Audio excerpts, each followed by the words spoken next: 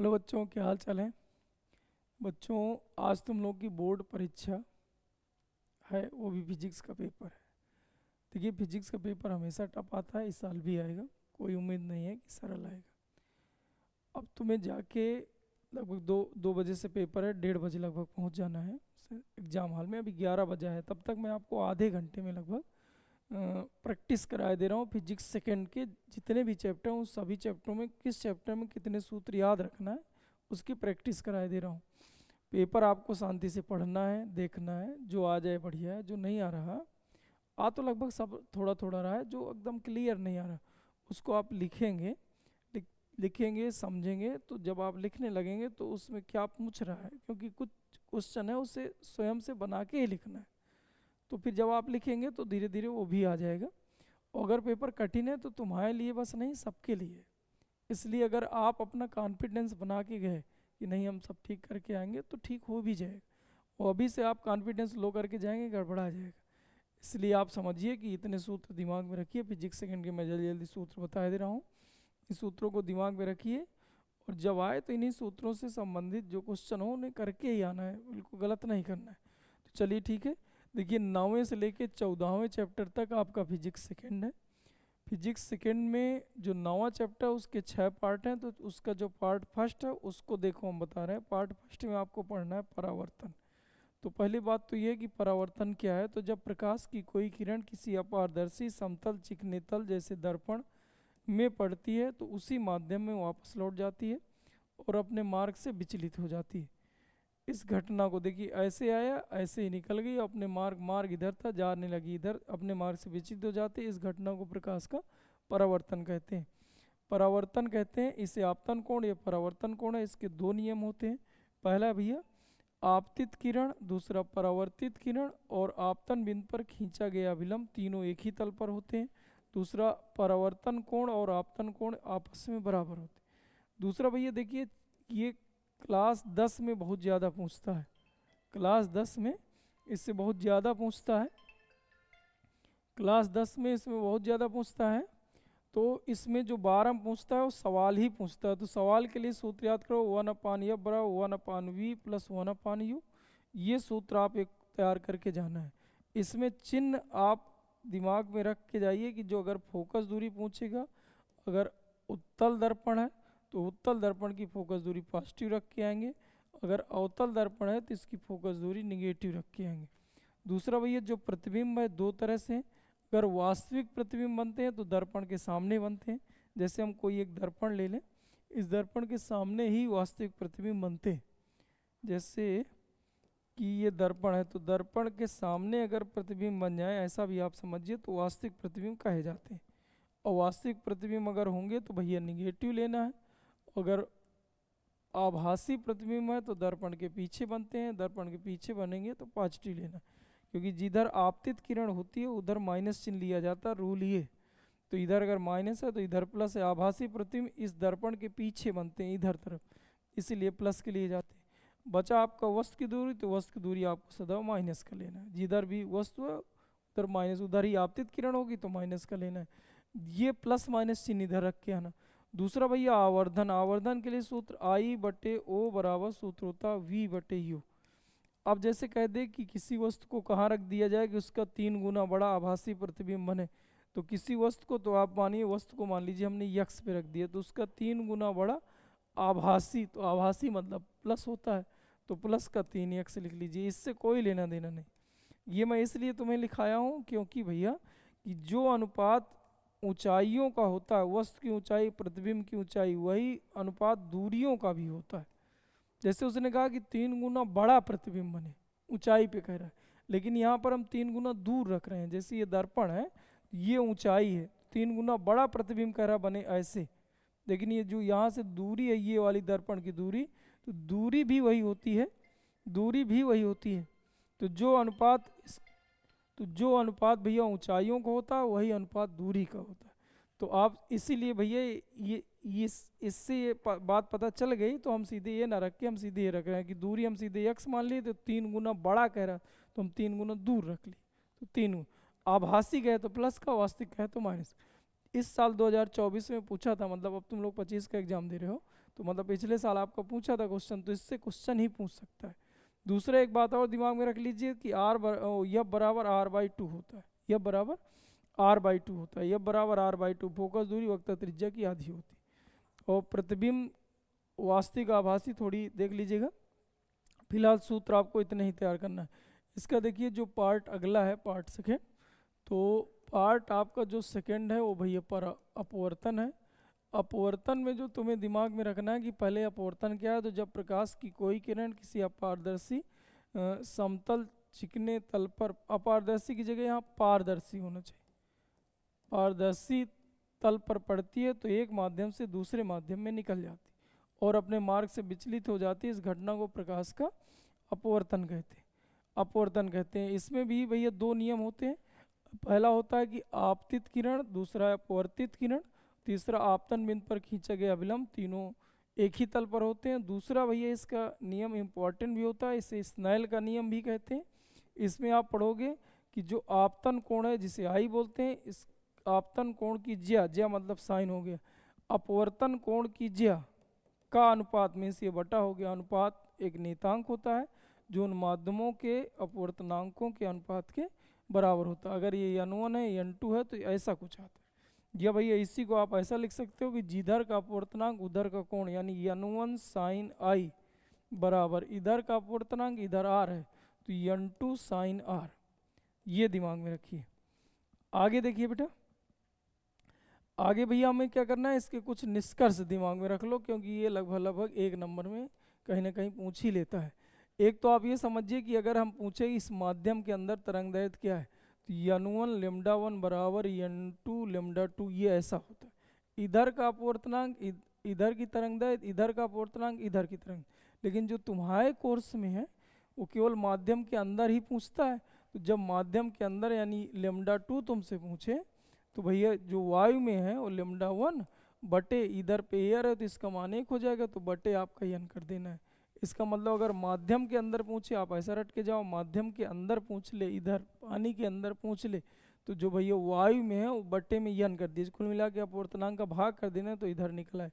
ऐसे चाल पूछ ले, माध्यम के अंदर चाल, पानी के अंदर प्रकाश की चाल क्या होती है, तो आप जो वायु में चाल है उसमें भैया बटे में आप n कर दीजिए। n भैया इस माध्यम का अपवर्तनांक है, यानी जल का अपवर्तनांक है, कांच का अपवर्तनांक है, जहाँ पर भी निकालना चाहे।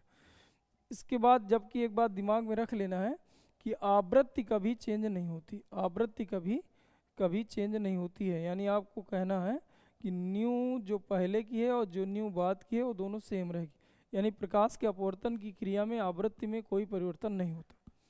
इसके बाद देखिए जो अगली बात दिमाग में रखना है, तीसरा भैया कि क्रांतिक कोण क्या है, तो आपको बोलना है कि विरल माध्यम से डाली गई प्रकाश की किरण यदि सघन माध्यम में 90 अंश का कोण बनाए तो विरल माध्यम में बने इस आपतन कोण को ही क्रांतिक कोण कहते हैं। इसके लिए सूत्र याद करिए, n बराबर 1/sin c, n बराबर 1/sin c। इसके बाद एक और आभासी और वास्तविक गहराई में अंतर, तो एच अपरेंट बराबर आभासी गहराई बराबर म्यू h1 बटे n1 प्लस h2/n2, ऐसे करके जितना भी है। लेकिन जो कक्षा 12 में है वो केवल ऐसा आप याद करके जाओ, आभासी गहराई पूछे तो आप बताओगे वास्तविक गहराई, वास्तविक गहराई बटे अपवर्तनांक। जैसे वहाँ पर भाग कर रहे थे n का, तो ऐसे यहाँ पर भी भाग कर देना n का, तो आपका उत्तर आ जाएगा। एक और है आखिरी, मछली द्वारा प्रेक्षित विश्व, मछली द्वारा प्रेक्षित विश्व, तो इसके लिए दो सूत्र याद करके जाओ, n बराबर 1/sin c और एक n बराबर r बटे under rule r square plus h square. जब इन दोनों को बराबर करोगे तो उत्तर निकल आएगा। कुछ ऐसा होता है, ये मान लीजिए मछली है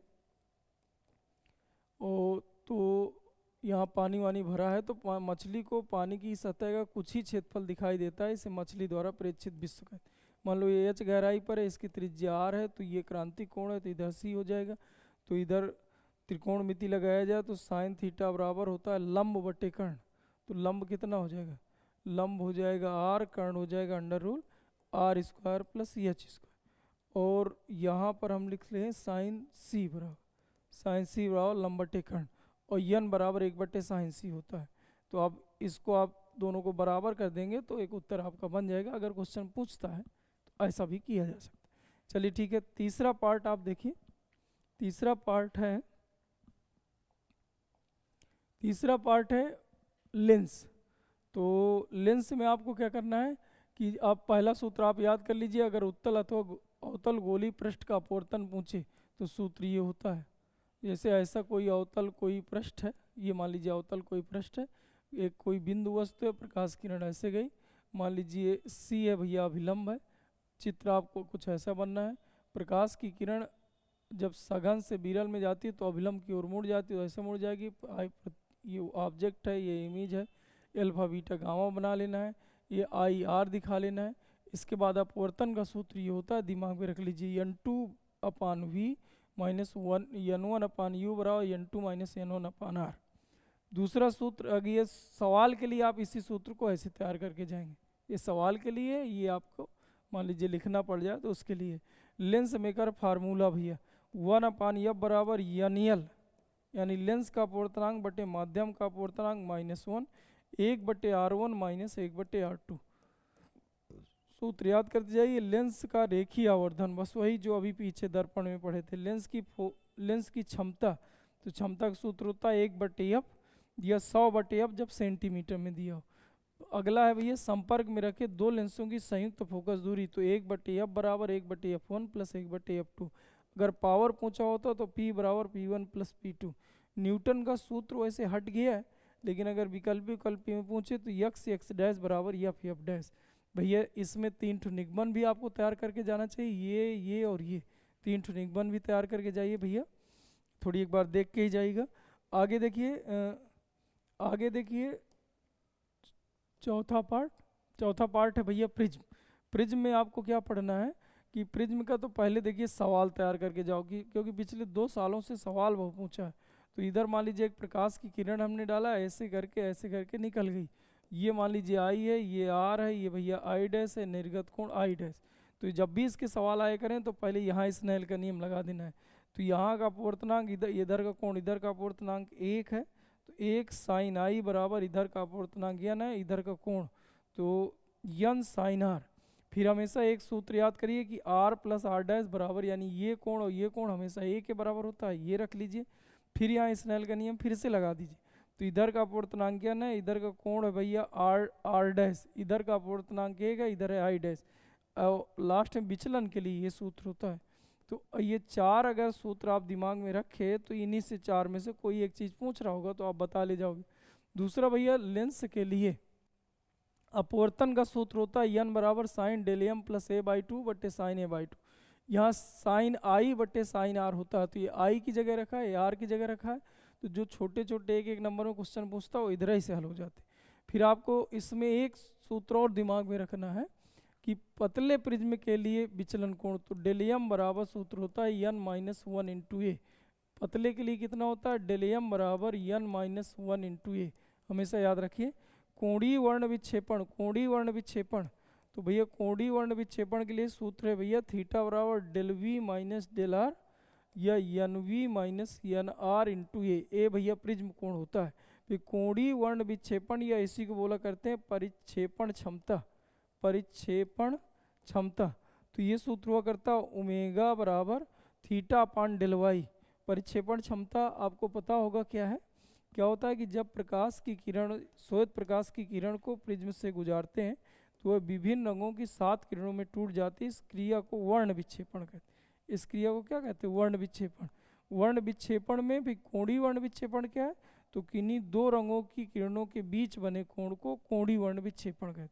कोणीय विक्षेपण क्षमता क्या है, तो किन्हीं 2 रंगों के बीच बने कोणीय वर्ण विक्षेपण तथा मध्यवर्ती रंग, जो मध्य में रंग आ गया, मान लीजिए इसका मध्यवर्ती रंग है, मध्यवर्ती रंग के लिए बना विचलन कोण, ये भैया इधर से विचलन कोण लिया जाता है। विचलन कोण का जो अनुपात होता है उसे वर्ण विक्षेपण क्षमता या परिक्षेपण क्षमता कहते हैं। चलिए ठीक है, सूत्र इतने से सूत्र याद करिए। ये सवाल के लिए है, ये n बराबर sin Δm + a/2 बटे sin a/2। पतला प्रिज्म है तो Δm बराबर n - 1 × a, Δm बराबर n - 1 × a। कोणीय वर्ण विक्षेपण है थीटा और del V minus del R, या N V minus N R into A. कोणीय वर्ण विक्षेपण ओमेगा और थीटा बटे डेल वाई। 1 2 3 4 सूत्र याद करना है। चलिए और आगे आइए, और आगे ये कि पांचों पार्ट है लेंस। लेंस में आपको दो चीज़ें दिमाग में रख के जाना है, वैसे आएगा नहीं, हट गया है। मान लीजिए आया तो निकट दृष्टि दोष। निकट दृष्टि दोष में प्रकाश की जो किरणें हैं वो रेटिना के पहले ही पड़ जाती है, इसलिए निकट दृष्टि दोष हो जाता है। निकट दृष्टि में निकट दिखाई देता है, दूर नहीं दिखाई देगा। निकट दृष्टि कामा दोष, यानी निकट दिखाई देगा, दूर न दिखाई देगा। अगर इस दोष को दूर करना है तो अवतल लगाइए। अवतल में क्या होगा कि प्रकाश किरणें और आगे तक फैलेंगी ऐसे पहले, और फिर जाके इधर तो यहाँ जाके रेटिना पर पहुँच जाएंगे। इसलिए निकट दृष्टि दोष को दूर करने के लिए अवतल लेंस के चश्मे का उपयोग करते हैं। अब आपका आ गया दूर दृष्टि दोष। तो दूर दृष्टि दोष में प्रकाश का जो किसी वस्तु का जो प्रतिबिंब बनता है वो रेटिना के पीछे बन जाता है। अतः अगर इसको रेटिना पर लाना है तो एक ऐसा लेंस लगाइए जो प्रकाश को सिकोड़ता हो, मतलब प्रकाश किरणों को सिकोड़ता हो।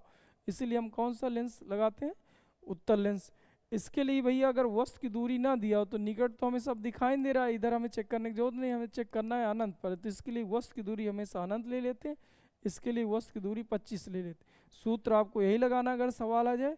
जहाँ सकता वक्त आ जाए समझ जाइए वी है, और जहाँ पर यू जहाँ कहे कि यहाँ देखना है, या अगर ना दिया हो तो ये अपने से इसके निकट के लिए अनंत रखना है, दूर के लिए दूर दृष्टि दोष के लिए 25 रखना है। इसके बाद इस सूत्र में हल करना है। जैसे हम कह रहे हैं कि एक व्यक्ति अधिकतम 15 सेंटीमीटर दूर तक देख सकता है, उसे 50 सेंटीमीटर दूर वस्तु को देखने के लिए क्या करेगा? तो जहाँ पर भी सकता आ गया, जैसे 15 या 20 सेंटीमीटर देख सकता है, तो सकता मतलब वी और यहाँ से हमेशा वही माइनस पे ही वैल्यू रखी जाती अगर सवाल आए तो। आगे देखिए, इसका छठवां पार्ट है। छठवें पार्ट में आपको दिमाग लगाना है कि प्रकाशिक यंत्र में इसके चित्र आपको क्लियर होने चाहिए। चित्र बहुत ज़रूरी है। देखिए सूक्ष्मदर्शी, दूरदर्शी, बस दो चीज़ें दिमाग में रख के जाओ। सूक्ष्मदर्शी की आवर्धन क्षमता डायरेक्ट सूत्र तैयार कर सकते हो, निगमन की कोई जरूरत नहीं। यम बराबर सूत्र होता है -v0 अपान u0 1 + d अपान f। और अगर यहीं पर भैया आवर्धन जब अंतिम प्रतिबिंब d पर बने, जब अंतिम प्रतिबिंब अनंत पर बने तो उस समय यम बराबर सूत्र है -v0 अपान u0 d अपान f। इस स्थिति में जो सूक्ष्मदर्शी की लंबाई होती है v0 + f होती है। इस स्थिति में v0 + ue होती है। अब देखिए इसमें अभी चित्र आपको एक बार मैं और क्लियर कराए दे रहा हूँ। इधर दूरदर्शी का सूत्र याद कर लो। चलिए पहले इसका चित्र ही बनाए ले रहे हैं। देखिए इसमें क्या है कि सूक्ष्मदर्शी में एक छोटा लेंस लगाओ, क्योंकि सूक्ष्म वस्तु को देखना है तो छोटा ही लेंस लगाओगे। इसमें प्रकाश किरण ऐसे डालो, अपवर्तन के पश्चात कुछ ऐसे निकल जाएगी। ये निकल गए। चलिए ये निकल गई। इसके बाद तुम्हें क्या करना है कि अंतिम प्रतिबिंब जहाँ बनाना हो, जैसे मान लो अंतिम प्रतिबिंब हम यहाँ बनाना चाह रहे हैं, अंतिम प्रतिबिंब, तो पहले इसको खींच लीजिए। इसके बाद आपको करना क्या है, इसको आप dash dash dash dash dash dash करके ऐसे करके इसको बढ़ा लीजिए। अब पता चल जाएगा कि दूसरा लेंस आपको कहाँ रखना है। अब भैया इसको डैश डैश डैश करके इससे मिला दीजिए, प्रकाश किरण ऐसे जा रही है, वो ऐसे डैश डैश करके इसको मिला दीजिए, ये प्रकाश किरण कुछ ऐसे जा रही। ये है भैया, ये सूक्ष्म वस्तु है। ये भैया हमारे यहाँ हम आँख रखते हैं तो इसलिए हमारी आँख के पास है, इसको नेत्रिका लेंस ई बोलते हैं। ये अभिदृश्यक लेंस है तो ओ बोलते हैं। ये जो दूरी होती है यू ओ होती है। ये जो ये यहाँ प्रतिबिंब बनाता है तो इस यू वी ओ होता है, और भैया ये यू ई होता है, और ये आपका वी ई होता है। ई मतलब नेत्रिका के लिए। ये आपका चित्र है। जब अंतिम प्रतिबिंब अनंत पर बनता है तो ऐसी कंडीशन में आपको करना क्या है कि इसको फिर नहीं बनाना है, इसको आपको समांतर करके छोड़ देना है, और यहाँ पर लिख देना है कि भैया अंतिम प्रतिबिंब अनंत पर बना, यानी वी ओ बराबर इनफाइनाइट। तो ऐसी कंडीशन में जो ये है इसकी फोकस पर, क्योंकि फोकस पर रखी वस्तु का प्रतिबिंब अनंत पर जाना है, इसलिए भैया जो यू ई है इसकी जगह आ गया एफ ई, तो प्रतिबिंब चला गया, क्योंकि अब ये दूरी you E he F E के बराबर। तो ये इन दोनों लेंसों के बीच की दूरी को सूक्ष्मदर्शी की लंबाई कहते हैं। तो इधर दूरी है, इधर दूरी है, तो सूत्र ये बन गया। जब अंतिम अनंत पर चला जाएगा तो भैया यहाँ पर आ जाएगा एफ ई, तो ये बन जाता। चलिए ऐसे दूरदर्शी में पहला वाला लेंस आपको बड़ा लगाना है, जैसे ये छोटा लेंस लगाए क्योंकि दूर की वस्तुओं को देखना है। और इसमें प्रकाश किरणें ऐसे समांतर आएंगी, इसमें भैया प्रकाश की किरणें ऐसे समांतर आएंगी, समांतर आएंगी तो अपवर्तन के पश्चात फोकस तल पर काटेंगे, तो जहाँ पर भी कटेगा यानी इस लेंस का फोकस होगा। फिर भैया इसको आगे थोड़ी बढ़ा के छोड़ दीजिए। अब अंतिम प्रतिबिंब जैसे भी आपको बनाना है, मान लीजिए अंतिम प्रतिबिंब हमें बनाना है यहाँ पर, तो उसको बना लिया करो। अंतिम प्रतिबिंब बनाने के बाद इसको date date date date date करके ऐसे जोड़िए। अब इससे पता चल गया कि दूसरा लेंस यहाँ रखा जाएगा। अब भाई इससे इसको जोड़ दीजिए, इससे इसको जोड़ दीजिए, तो ऐसे करके ये नेत्र के पास आ जाएगा तो नेत्र का लेंस कहलाएगा। ये वस्तु के पास रहेगा, वस्तु यहाँ इनफाइनाइट पे रखी जाती है, प्रतिबिंब ये बनना है। ये दूरी यू ई है भैया, ये दूरी आपका वी है, ये ई मतलब नेत्रिका से है। तो भैया ऐसे इसके आवर्धन के दो सूत्र होते हैं। जब अंतिम प्रतिबिंब डी पर बने तो F O upon F E 1 + F E अपान डी। और ये कंडीशन, दूसरी कंडीशन ये, दूसरी कंडीशन बेटा ये देखिए, थोड़ा सा ये कैमरा गड़बड़ा रहा है, इसको थोड़ी सी हम सुधार रहे हैं।